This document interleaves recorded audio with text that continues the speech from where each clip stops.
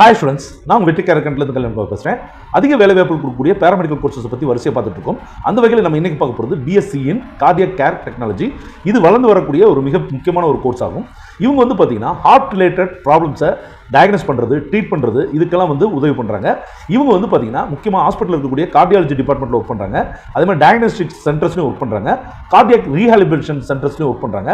Initial salary வந்து பாத்தீங்கன்னா 3 to 5 lakhs per annum வாங்கலாம். சில சர்டிஃபிகேஷன் பண்ணா 6 lakh வரைக்கும் கூட வாங்கலாம்.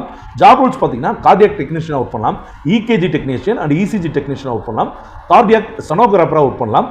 அதே மாதிரி இவங்களுடைய எஜுகேஷன் ஹையர் எஜுகேஷனை பொறுத்திருக்கும் MSc வந்து இதே கார்டியாக் கேர்ல பண்ணலாம். அதே மாதிரி ஈகோ கார்டியாலஜி இல்ல ஈகோ கார்டியோகிராஃபி இந்த மாதிரியான நிறைய சர்டிஃபிகேஷன்ஸ் இருக்கு, அதுவும் பண்ணலாம். அதே மாதிரி ஃபியூச்சர் டிமாண்ட் பொறுத்திருக்கும் இன்னைக்கு கார்டியோவாஸ்குலர் டிசீஸ், அதாவது இதயம் சம்பந்தப்பட்ட வியாதிகள் வந்து இந்தியாவில் மிக அதிகமாக அதிகரிச்சுட்டு இருக்கு. இந்தியாவில் மட்டும் இல்ல, உலக லெவலில். ஸோ இந்த படிப்பு படிச்சவங்களுக்கு கண்டிப்பாக ஃபியூச்சரில் நல்ல ஜாப் இருக்குன்றதுல எந்த சந்தேகமும் இல்லை. சரியா?